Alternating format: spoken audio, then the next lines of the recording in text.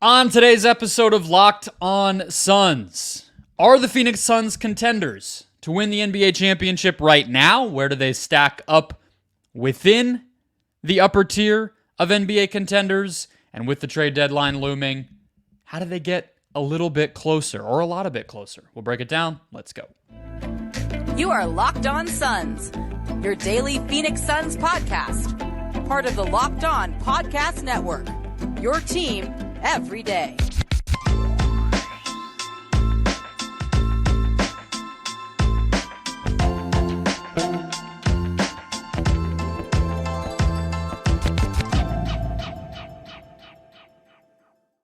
We are back. This is Locked On Phoenix Suns. We are part of the Locked On Podcast Network. I'm your host, Brendon Kleen, a credentialed media member covering the Suns for the past 7 seasons, a writer at Suns.com, and the host of the Just Basketball Show wherever you get your podcasts. A big thank you for making Locked On Suns your first listen as the trade deadline nears. Happy Tuesday. Welcome to the show. If you have not already, hit follow or subscribe wherever you are finding us. Get a new show in your feed every single Monday through Friday. Bonus shows along the way. Become an everydayer and get locked onto the Phoenix Suns all season long. Joining us, as he does every week, is Brendon Dueñas. He is a writer over at Bright Side of the Sun, and we are going to basically debate, discuss, break down where the Suns reside right now within the hierarchy of the NBA. How close really are they to a title?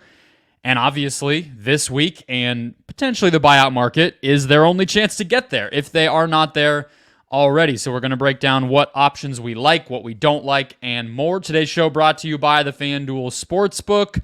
Make every moment more. Right now, new customers get $200 in bonus bets if your best bet of $5 or more wins. Visit FanDuel.com/lockedon to get started. Okay, Brandon, let me just start it with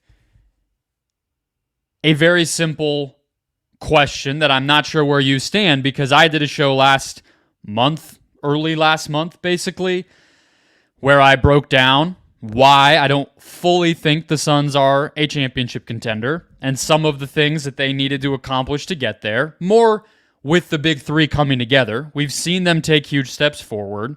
Do you see the Suns as one of the top contenders in the NBA to walk away with a championship this season? My short answer is yes. I think they still have the firepower. They still have the talent.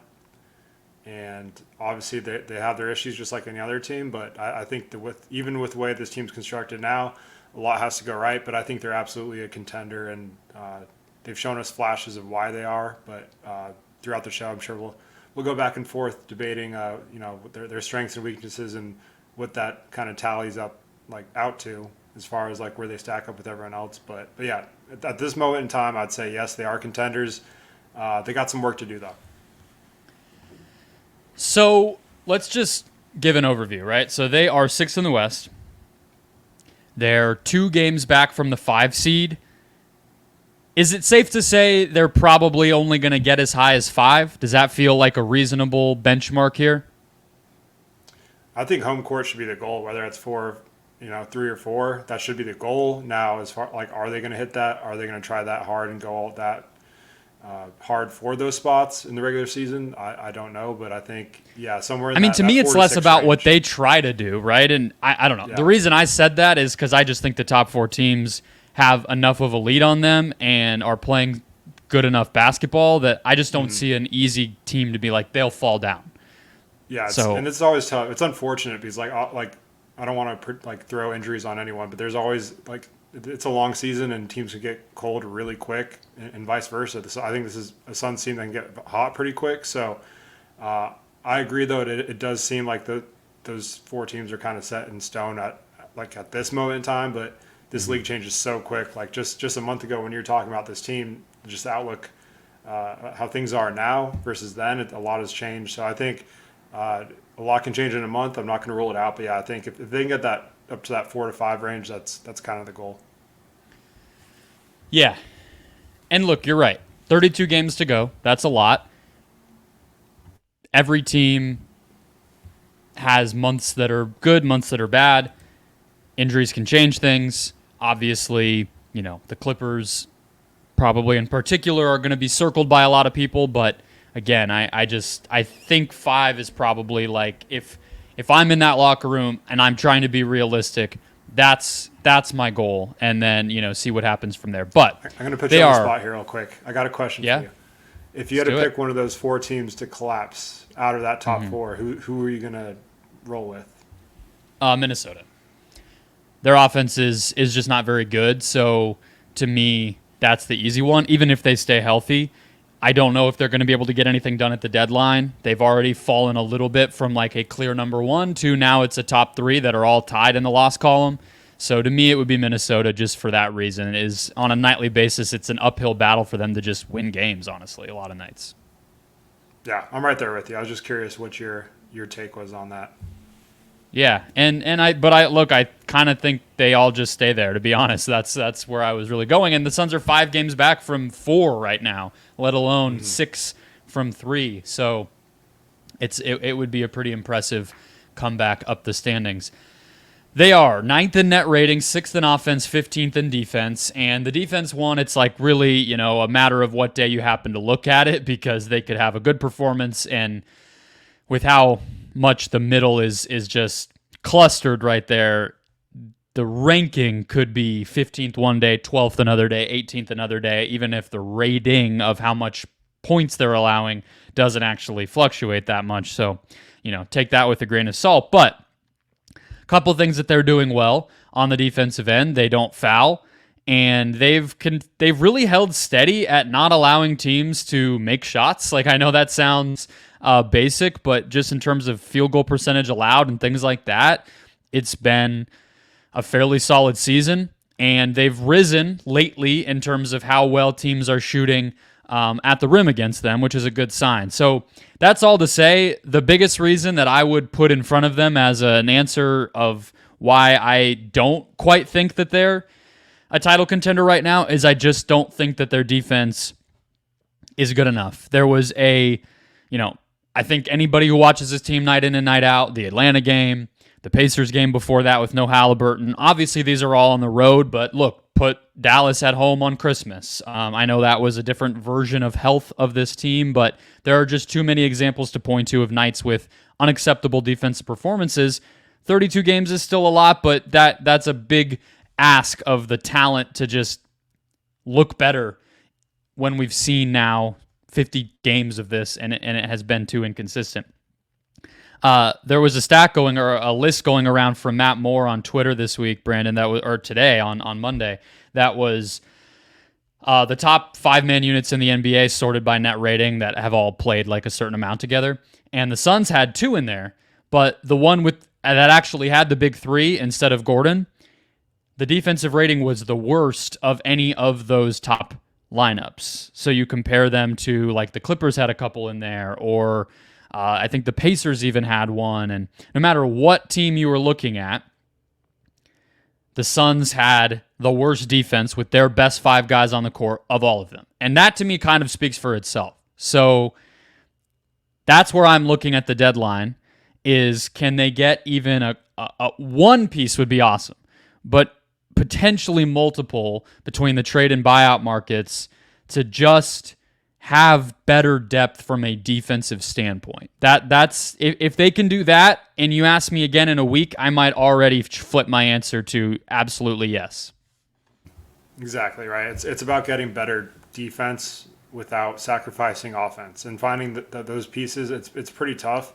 There's not a lot of options out there with how limited they are, but I think there are some guys that can just help, just in terms of just being playoff rotation guys to come in and I hate to keep saying it, but just this burn 6 fouls. You just need more bodies, and there's going to be injuries, and you just don't know what's going to pop up. And just over the course of the regular season, it's a lot different of an outlook than it is over a 7-game series, because you're making so many in-series adjustments. And I think that's one thing that Vogel and this coaching staff, like you asked me if they're a title contender, I think a lot of it hinges on what they do within those playoff matchups defensively, because that's where they can win a championship. If they make the right adjustments defensively in their particular matchups, I'm confident. I have a lot of confidence in this offense. Like, I don't think in a half-court setting in the playoffs, like, they're built to destroy just about any defense they face. I think when they're clicking on all cylinders, we've seen flashes of it and starting to get a little more consistent. at this point. So I think if you can find a way to junk it up a little bit on the defensive side and really take teams out of their comfort zone offensively, kind of like what we saw the Dallas prime example of what Jason Kidd did against the Suns, a team that was much better than them during the regular season, had arguably more talent, but they really won because of coaching and adjustments they made, and they had the best player in the series. And I think the Suns have 3 guys that could be the best player in the series potentially. So I think coaching is kind of an underrated thing to look at in terms of, we look at the personnel so much, but what adjustments are they going to make in the playoffs, and what pieces are they going to have to do with that? Because if you don't have the pieces, then you can't really do much with it. So finding that right combination of, acquiring, whether it's, like you said, 1 or 2 guys, and implementing the right strategies to win games in the playoffs, that's what it comes down to for me. So next, let's talk about if there is some level of offense is just going to be this team's best defense, and maybe leaning into that, not more, but finding more stability 1 through 8 or 9 just on offense. How far can that take this team? We'll get there next.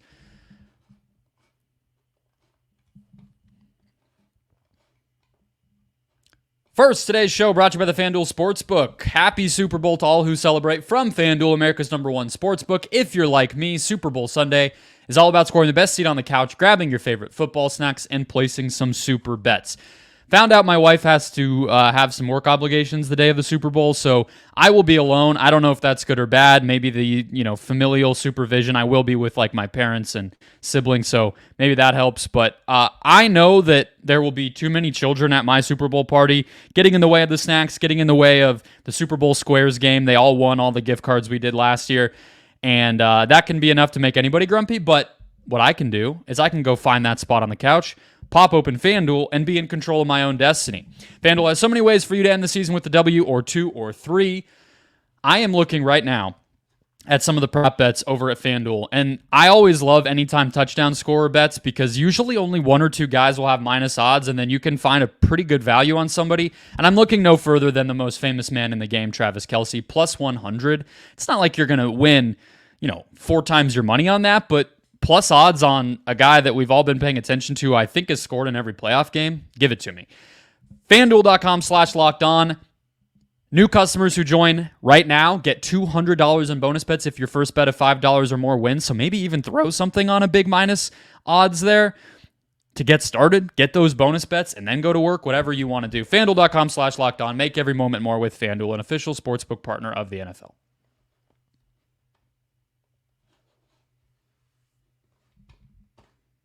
And we're back. Let's get into some options here. So let's start with Miles Bridges, Brandon. That seems to be the guy that people are circling the most. And there will be a lot of ripple effects of if that move happens. Obviously, plenty off the court. Obviously, plenty of fans who have expressed their frustration with the idea of that. There's salary cap ramifications. Can they or can't they re-sign him? How much do they have to give up? There's plenty of time to get into that if it happens. If it doesn't happen, whatever. The case that I made about Bridges, though, Brandon, is similar to what you were just kind of saying on the other side of the break just before we went into it, is, to me, he is sort of a better Eric Gordon. And by that, I mean somebody who helps you much more on offense than defense. Yes, he makes you a bigger team, and that can have some value. But I've never watched Miles Bridges, even dating back to Michigan State, and thought, wow, what a stopper.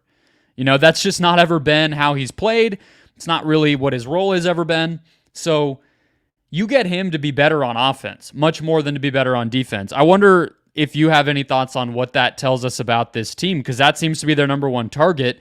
And as much as you and I sort of seem to be somewhere on the same page that the defense should be the priority, that doesn't signal that defense is their priority right now.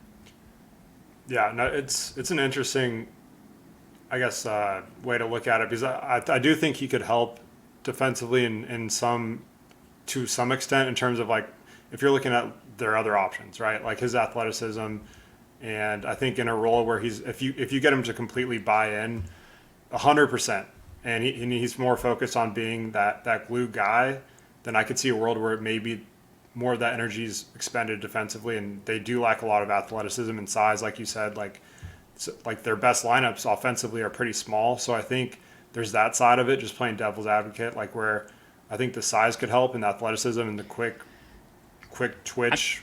I mean, I don't even think that's devil's advocate, though. I think what you're saying sounds like probably how they're thinking about it, right? But exactly. I guess the question is, like, do you think – because this is the other part, right? If it's him, you're already asking Vogel to, one, even if everybody – let's say Booker, Beal, and Durant had 82 healthy games.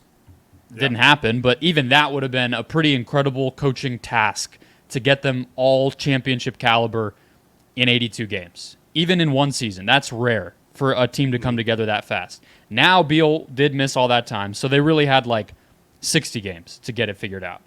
And then you're going to bring in this huge wild card with, whether you care about them or not, a bunch of off-court distractions that are going to come from it, at least in the short term, right around the time you acquire him. And you're going to have to say, hey, guy, you're going to play a role you've absolutely never played in your life to win a championship for a bunch of teammates you didn't know until a week ago. Go to work, do it, buy in. Like that's a lot to assume will just happen to me. It is tough, and I agree. That's kind of the main drawback as far as like the on-court stuff is like, how do you implement someone that's going to have that much of an impact to a team that's still trying to figure out who the hell they are? Like it's a really tough juggling act that they're going to have to figure out quick if they do pull the trigger on that. And I think it's definitely going to add to some more growing pains. Maybe I think for him specifically, because like you said, it's a role he's never really played. And he still wants to get paid, right? Like he's looking at the summer and thinking, I don't get paid for playing 12 minutes, getting a couple steals and knocking down some open threes. I get paid if I put up numbers. And that's how he's been playing in Charlotte this year, is scoring more than he ever has, taking jumpers all the time, doing kind of whatever. Yeah, and maybe from his point of view, just trying to, if he shows he can buy into a role where he's making more of a winning plays and sacrificing, and he's already shown he can get those empty stats or whatever. I don't really like to use that because it's just playing on a bad team and an expanded role. Let's just say that. Like he's shown that. It's not his fault they're bad, but he's playing differently because of it, right? Yeah. Exactly. So if he comes on to the Suns and is impactful and helps them win a championship by doing the stuff that maybe he's not really known for as much, then that I don't think that'll hurt him in the open market. I think more of his off-court stuff and the PR hit is probably what's holding him back more than anything at this point. But if he can go and help give him a boost offensively and add, like I said, just the size and athleticism, that's just something the Suns don't have, and there's not really many options that make a ton of sense that on both sides of the ball. So I think I get it from that point of view as far as trying to find a guy that can come in and help and add some flash and maybe a little bit of life to a team that relies so heavily on the mid-range, and like they don't have a ton of dudes that are going to try to throw down every single dunk possible. Grayson Allen's kind of one of them. Drew Eubanks, I guess, too. But they just don't have a ton of guys that are going to try to attack at the rim like he would. Yeah. And I think that quick twitch, just grabbing those offensive rebounds, generating new possessions, that's what I think they're looking at more so than him coming in and being some defensive stopper. So I think they're probably trying to focus on getting him. And then also, hey, can we go get a Royce O'Neal? Can we go get someone, Torrey Craig for the 12th time? I don't know. I don't know what they're thinking, but it could be a package deal where they're going to try to get him to do one thing and someone else to focus on the defense. But we'll see. Gotta say, I will take a W. I don't think Torrey Craig's done much in Chicago this year. I know he was hurt in and out of the lineup. Would rather have him right now than some of these young forwards who can't even play minutes. Still confusing why they let him go. When in doubt, press the Torrey Craig button. James Jones. Yeah, hopefully not him. But, look, I think so. Your point, right, I think is a part that I maybe didn't put as much stock into. Like I talked about Bridges on the show yesterday. I've talked about him a long time ago when the thing first came up, more as the off-court stuff.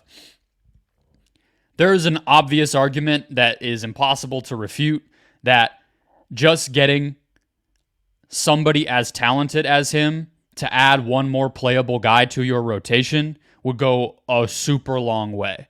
And I think that, it's like, yeah, duh. So, if they get him, as far as the off-court fit goes, I'm not going to sit there and act like they got worse or that it was stupid.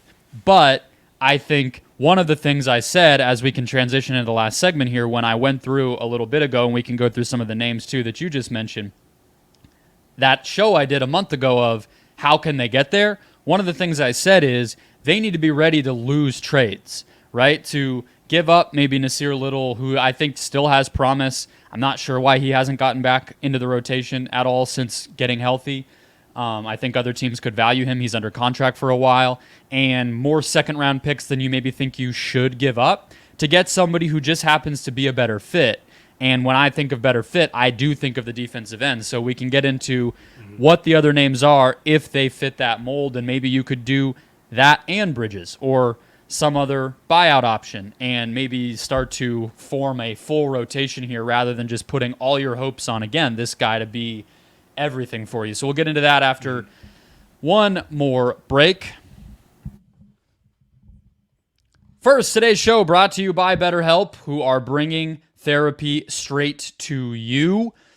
Sometimes we all need the opportunity to get something off our chest, big or small. Certain things can really start to get to you. It's important to let that out, especially to someone who's unbiased on your life. Not somebody you know, not a friend or family member, but somebody who can just sit there, listen, talk, and everything else. Today, let's talk about how maybe we are all feeling. It might sound like a stretch. I get it, but we're diehard fans of sports. We're diehard fans of teams, of all the teams here locally. Maybe you're like me and you just got tired and wanted to switch baseball teams right before they made the World Series. You never know. And it might sound like a stretch, but I don't think it is, that these things can also lead to maybe an unhealthy relationship or a lot of time being spent on one thing. The point is, going to therapy does not always have to be something traumatic. It doesn't always have to be, this happened, so then I went and did this. It can just be, it's different for everybody, but it can be something to just talk, to just be heard, to just voice your concerns, or much bigger problems than your favorite sports team or anything else that you want to get off your chest and have somebody with a helping ear. If you're thinking of starting therapy, give BetterHelp a try. It's entirely online, designed to be flexible and suited to your schedule. Visit BetterHelp.com/LockedOnNBA to get 10% off your first month. That's BetterHelp, HELP.com/LockedOnNBA.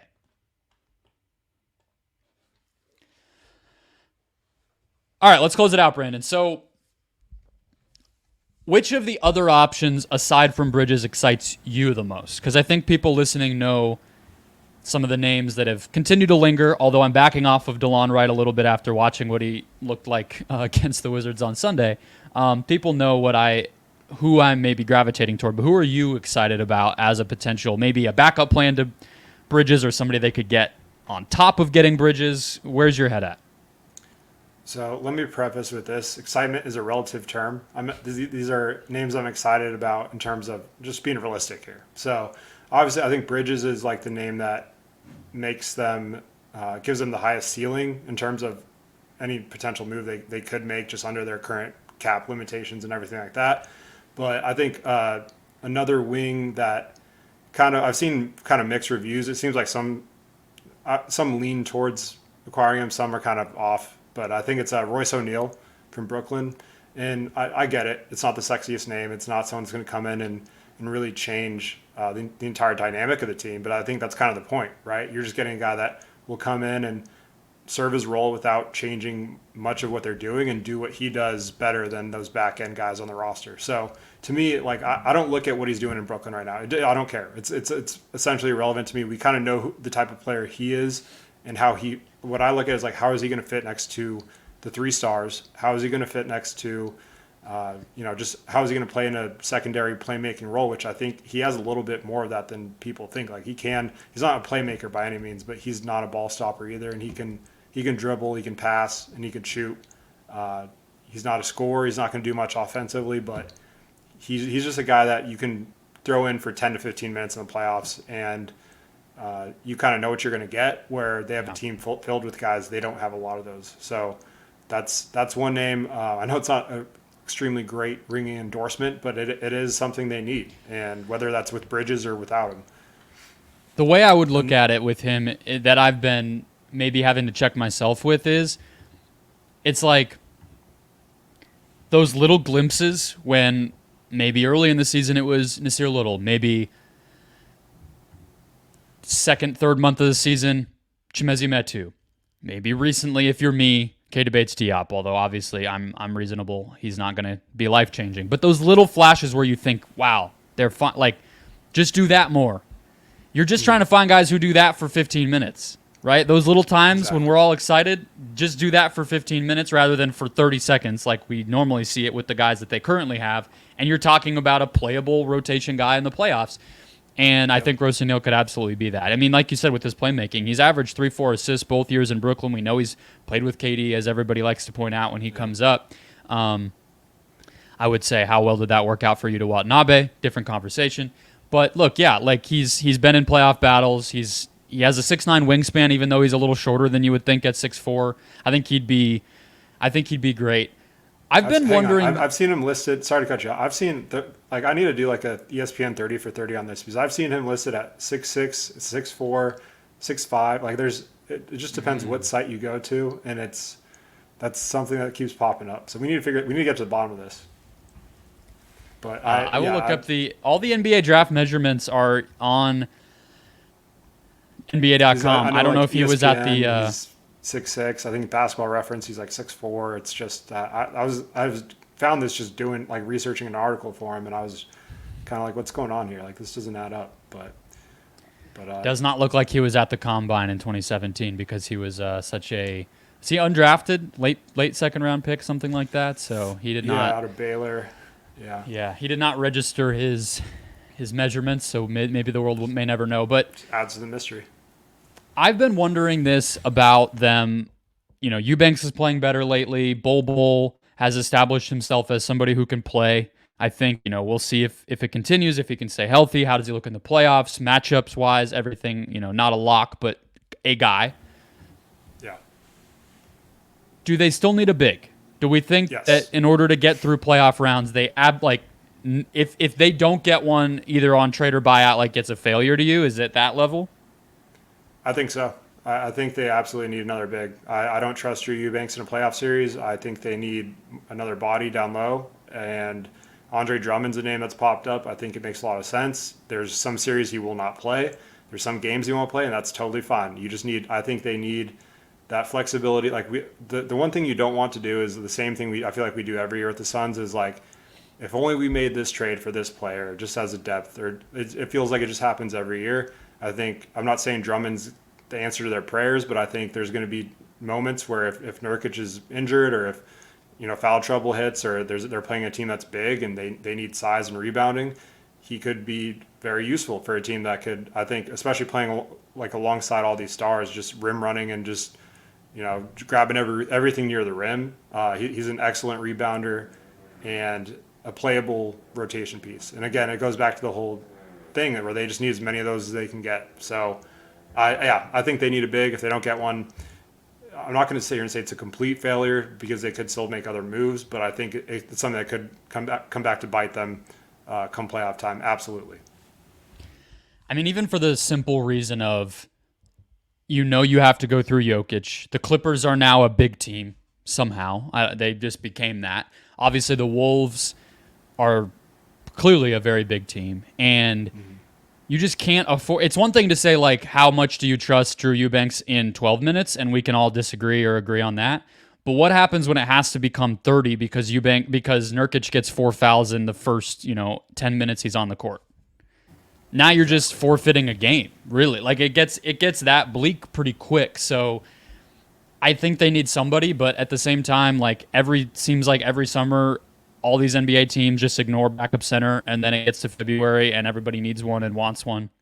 That's why you see guys like Hartenstein and Plumlee and stuff getting actual paydays as backup bigs because some teams are realizing like, hey, that actually matters. So I don't know what'll happen, It seems like it might be Drummond, Richards, or bust. Like, I don't really know who a third name on that list even necessarily is that's actually available from what we've heard, and I don't know who's available. So, we'll see. But I don't think there's any... I know some fans still do, but I think it would be a waste of assets, a waste of energy to pursue any more ball handling. Unless it happens to come like an O'Neal guy where, okay, yeah, he can do that too, but that's not why you're getting him. But the idea of like a guard playmaker, point guard, whatever. To me, like, I think we've seen enough to know they don't need that. Yeah, I think unless someone falls into your lap that's like a buyout and it just the stars align and it works out financially, then sure. But should it be at the top of their list? No. I think they have more pressing needs. They need defense. They need size. They need, just physicality in general. So I think, if someone falls to them, sure, but it's not something I think that they, like you said, that they should waste assets on or make their priority. And I think a lot of people were on that train early on. Now that everyone kind of sees what the big three looks like and at full strength and how the offense can click without that. Yes, it makes it pretty dependent on Booker to kind of be the engine of the offense, but I think it's a lot easier when you have two guys like Beal and Durant around you. So I think, there's definitely some other options that they should prioritize. I'll just echo one more thing before we wrap here that you said at the beginning on the defense, and it should happen whether they get some of these players we've been talking about. Like, I'll throw Jae'Sean Tate out there again. Jake Fisher has continued to mention the Suns pursuing him. That would be another step below even like a Royce O'Neal, but again, somebody who I just think fit-wise could give you 10 good minutes and you wouldn't have to worry, no matter who they get. What you said about like the junking it up and the more creative defensive schemes and some of the coaching, because it's not just about who they get. Like, this team is still gelling. I would expect and hope that there is still a level they could get to if they didn't get anybody at the deadline. They should still get better because we're still seeing it all come into place here. But that's been something during this stretch where the big three has gotten integrated together that we really have not seen much of at all, that we were seeing, like that Wolves game that they blew out Minnesota at home, or the Thunder game, even some of that stretch like in November. They were playing a lot of weird zones and box and ones and using KD in interesting ways and kind of trying to insulate Nurkic and all this stuff. I don't know if it's just been like, let's focus on one thing at a time, but that's something I definitely want to see, because I agree with you. That's kind of a no-brainer. They're going to have to get funky with stuff because their talent, I mean, Frank Vogel said it at Media Day. They're at a talent disadvantage on defense. That's not going to change on Thursday from one trade. So I hope we see the Vogel playbook get opened up on defense down this stretch run, no matter what happens this week. Yeah, and I think it will. I think there's also a chance they could be trying to hide as much of that as they can without giving away too much. I do think they're still trying to win games at the same time, so it's not like, I think some fans take that a little too serious, like, oh, they're hiding, so they're not doing anything. Like, they're still trying to win. They're still doing their schemes, but I think there's some stuff they could definitely pull up their sleeve come playoff time to throw their opponents off, especially when they play against teams that they could potentially match up with in the first round of the playoffs. So, I think Vogel definitely, and that entire staff, like they're paying them pretty well, so they better figure some stuff out come playoff times. It's a pretty stacked staff, a lot of smart people, a lot of basketball geniuses. So I really do trust them. I think if they can make some moves to help give on the personnel side, that they can make it a little more interesting on the defensive side. They're not going to be a defensive stopper or a team by any stretch, but I think they could do enough to win games with how deadly that offense can be. Let's go, David Fizdale. Get it together. Come up with a game plan. Let's go, Miles Simon. What have you been doing this year? Get the defense together. That's our charge, no matter what the deadline brings. All right, that'll wrap us up for the day. More to come. There will be trades, and I'll break them down from a Suns standpoint. I'll break down all the latest rumors and more as well. Keep it right here. Follow, subscribe wherever you are. Talk to you tomorrow.